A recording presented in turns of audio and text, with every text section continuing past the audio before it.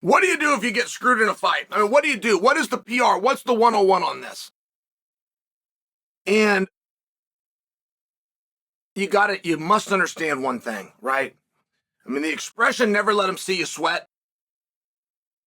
It could not be any truer than in that moment. Your stock can drop or your stock can stay the same. It's hard to rise. I will admit it's hard to rise, but you can stop that fall. You can stop it right there and walk out with the same thing you walked in with. I'll give you a couple of great examples. Shogun. Shogun gets called out by Rampage after Rampage gets picked apart by Jon Jones. Now, Rampage versus Jones was a big fight. And Rampage was so good and so scared. Rampage didn't care, right? He could get in there, he could bang with anybody. Like, that was a really meaningful match. I remember my own excitement for that fight. Rampage gets beat. He said, man, that guy was better than I thought he was. And he moved on. He's still in the ring, guys. This is the post-fight speech in the ring. And he calls out Shogun. He even had a date. Talked about why he wanted Shogun, talked about their past, talked about pride, moved on to Shogun. By the time they got the post-fight press conference, all the questions to Rampage that would have been about this loss, this devastating loss, your life and your former title and this new guy, and you'll probably never get the chance to get all of these, they're done. They've moved on. They're asking him about Shogun. So when the media cycle hit on Monday morning, everything you saw about Rampage was done in a positive fashion because people like call-outs, and that was a really good call-out. Him and Shogun made a lot of sense. It was a match people wanted to see. It was just one of these directions. Another one is the night that Nick Diaz lost to Conor McGregor. Nick lost all 5 rounds. And Nick told Joe Rogan in the ring after the fight, I thought I won all 5 rounds. And I was in the building that night, and I will tell you, the way that I felt after he said those words was completely different than before he said them. And the eruption of the audience in a positive manner and almost an instant forgetting of what I just saw took place. It was fascinating. It was a very fascinating thing to be part of. But the moment one fight ends, the promotion for the next fight begins right then. So, what do you do if you're the victim of a screw job decision? What is a screw job decision? How do we come to that conclusion?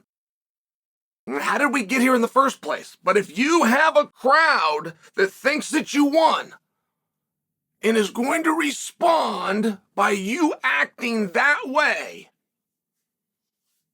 do you take it and use it? Or do you say, well, that's the way the sport goes.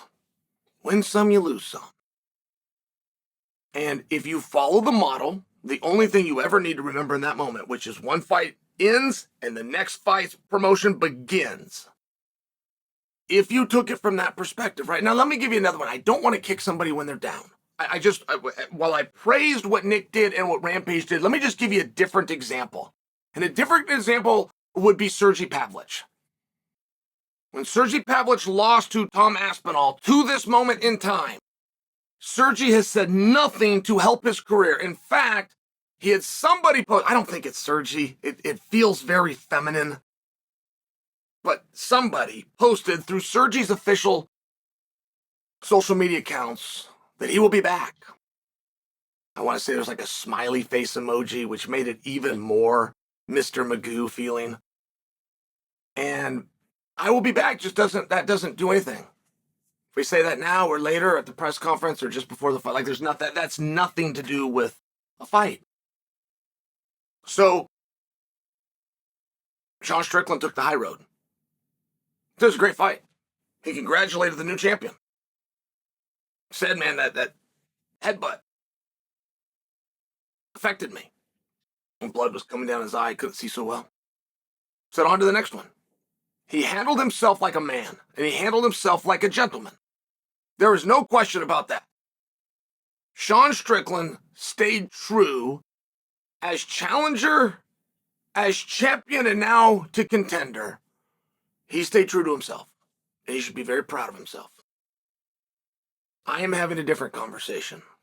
I am having a marketing conversation on what should you do in that moment. And sometimes you got to turn to the facts. Like, all judges are not created the same. You guys don't know this, but there is a hierarchy amongst judges. There is a scoring system, and that's done at all levels. Olympic Games are coming up. You might see wrestling forms of combat. You might see wrestling, you might see taekwondo, judo is contested, boxing is contested. There is a scoring system from the previous quad to this quad, so over the last 4 years, for judges worldwide that elevate them, and only the highest ranked, highest scores get asked to be the officials, the Olympic Games.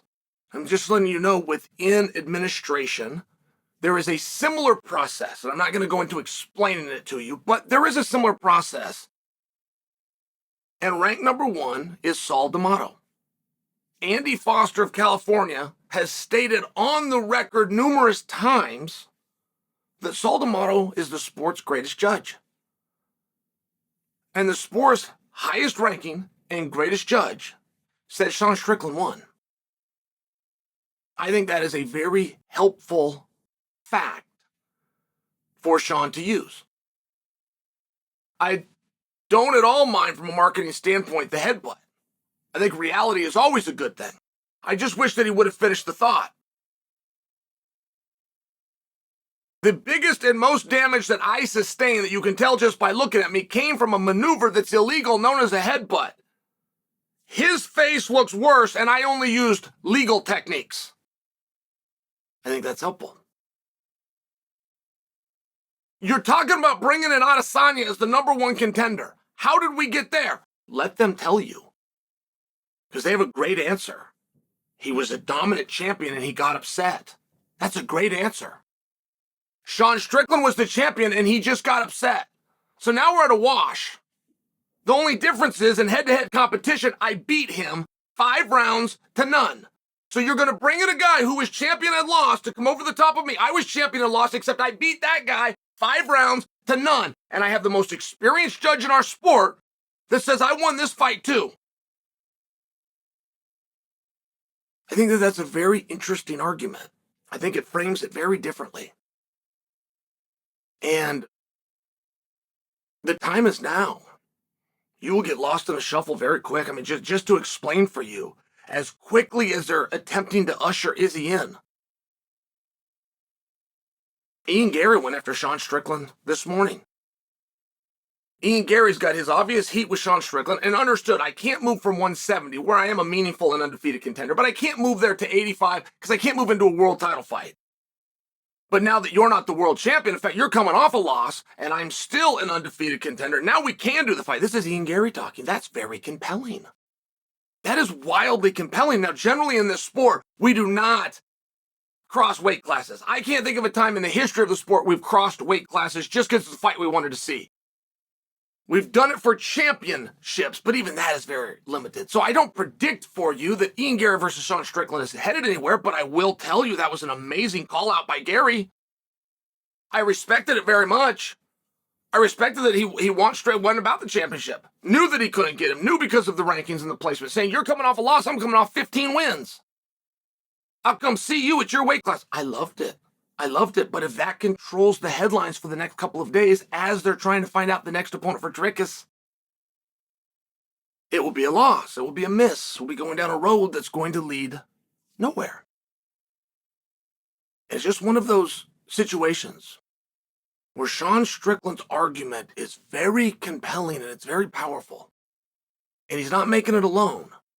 Joe Rogan thought he won the fight. Dana White thought he won the fight. My partner Ryan thought he won the fight. Ryan, Dana, Joe, one thing in common. They didn't have commentary. I don't know. Maybe that affects me. I care about Sean very much. I did not think he won the fight. I'm just speaking fairly. Thought he got outworked. I thought the volume and the pressure was against him.